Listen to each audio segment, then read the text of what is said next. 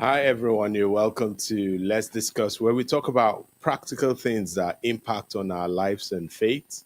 Uh, Thanks, everyone, for joining. For those who have been joining, your support is well appreciated.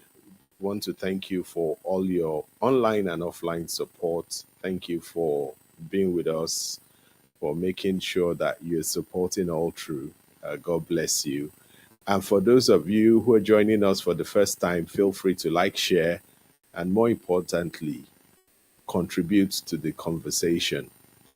Today, we'll be continuing on the conversation we started last week, and that conversation is about removing the log from our eyes. This week, we wanted to focus on what is the impact of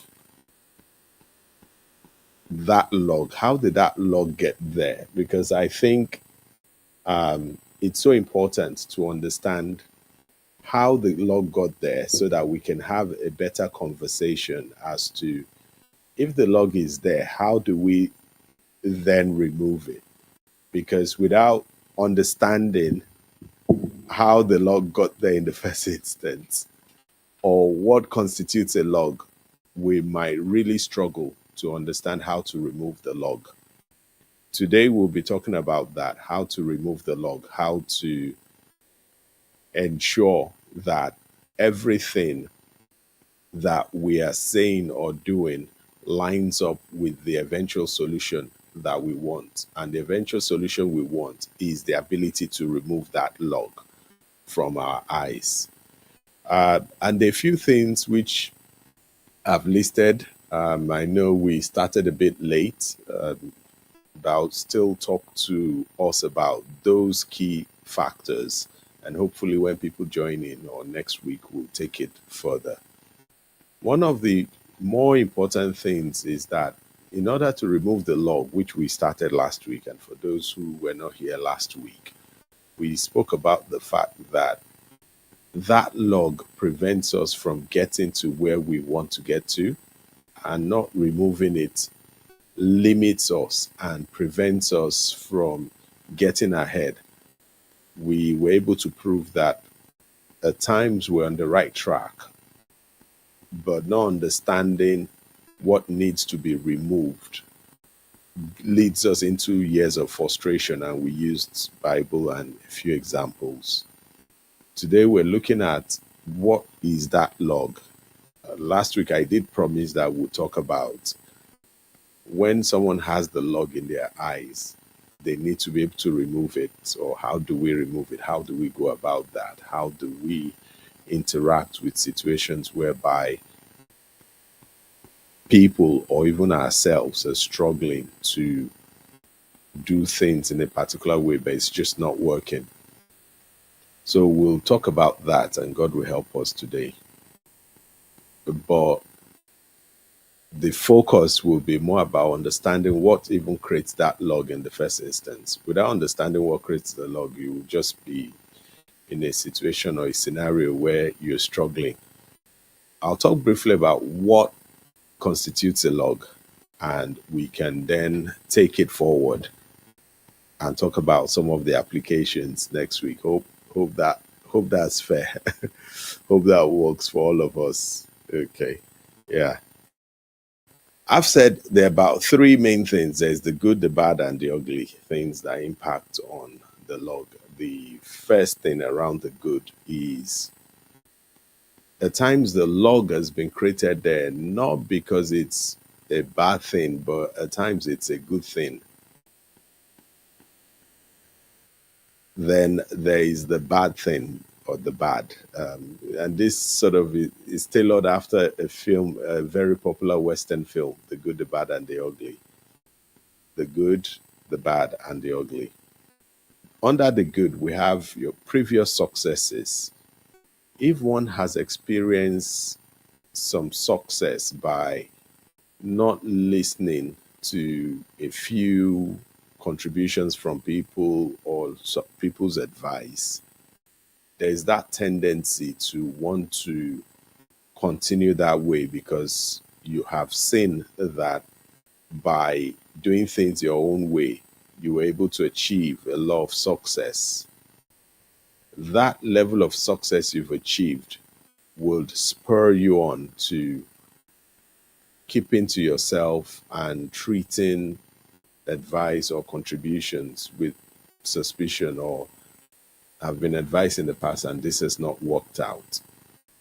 Those are some of the reasons. And under the good thing as well is that people can be wrong. People can have different opinions which could be wrong.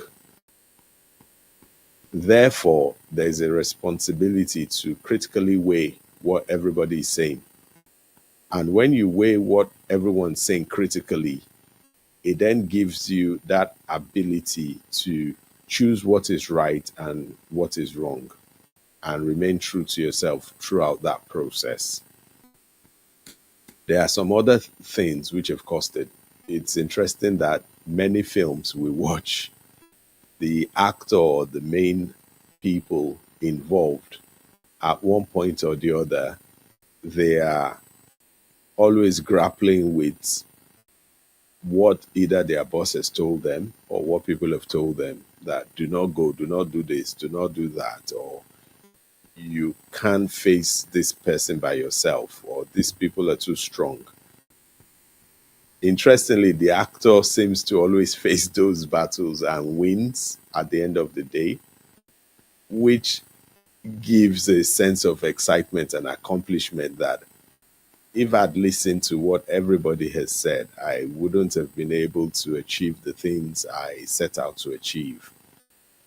Those are some of the things which drive that behavior.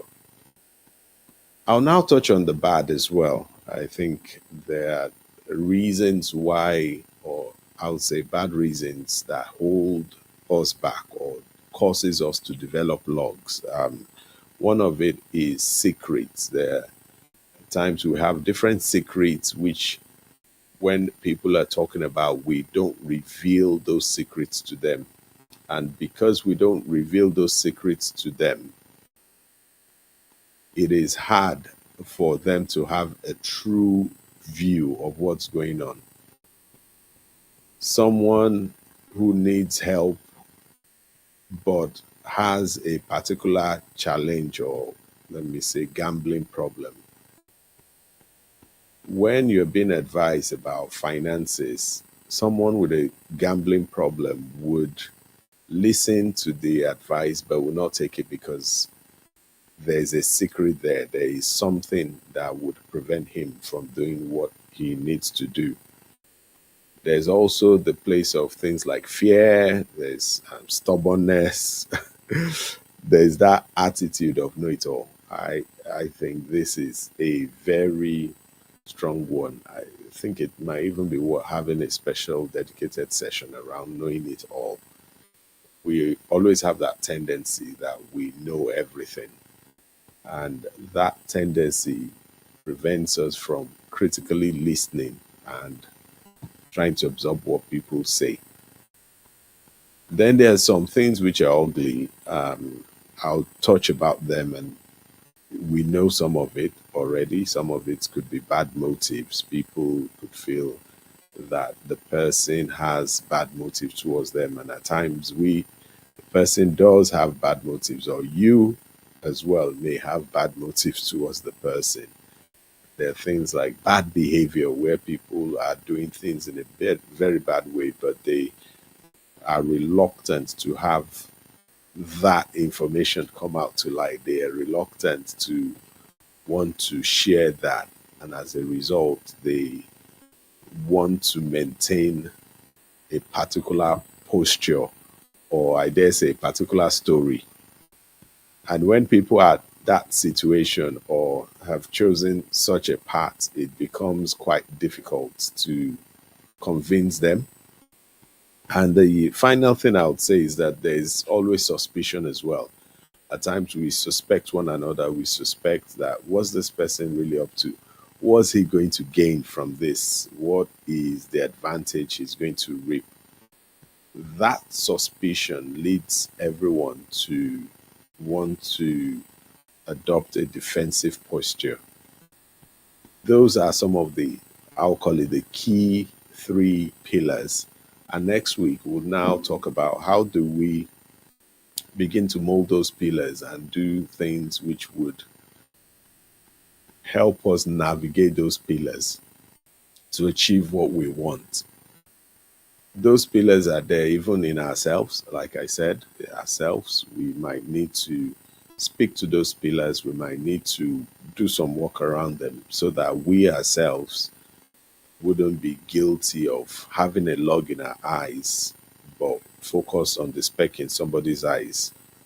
But where we see someone else with a log in their eyes or a speck in their eyes that could lead to their, to problems for them, to issues for them, understanding these three pillars, the good, the bad, and the ugly, would help us begin to navigate and get a better awareness of what needs to happen.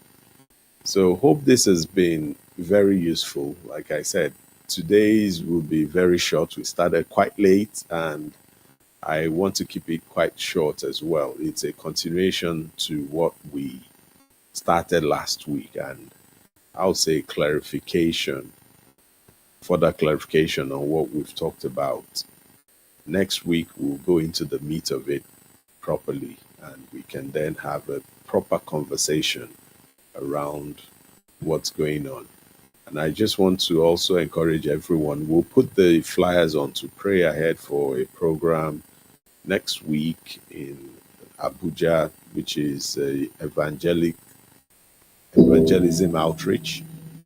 And God will help us all to ensure that the success of the program, we meaningfully contribute to it through our prayers. We'll put the flyer out this week by God's grace. And if you know anyone in Abuja, Nigeria, let them know about this event. We also have a plan to visit the lepers colony. If you want to support or do anything around it, let us know as well. And God will help and bless. So until next week, when we go into this properly, I just want to encourage you, have a great week, have a wonderful week, have a blessed week, and take care of yourself. Love you. Bye.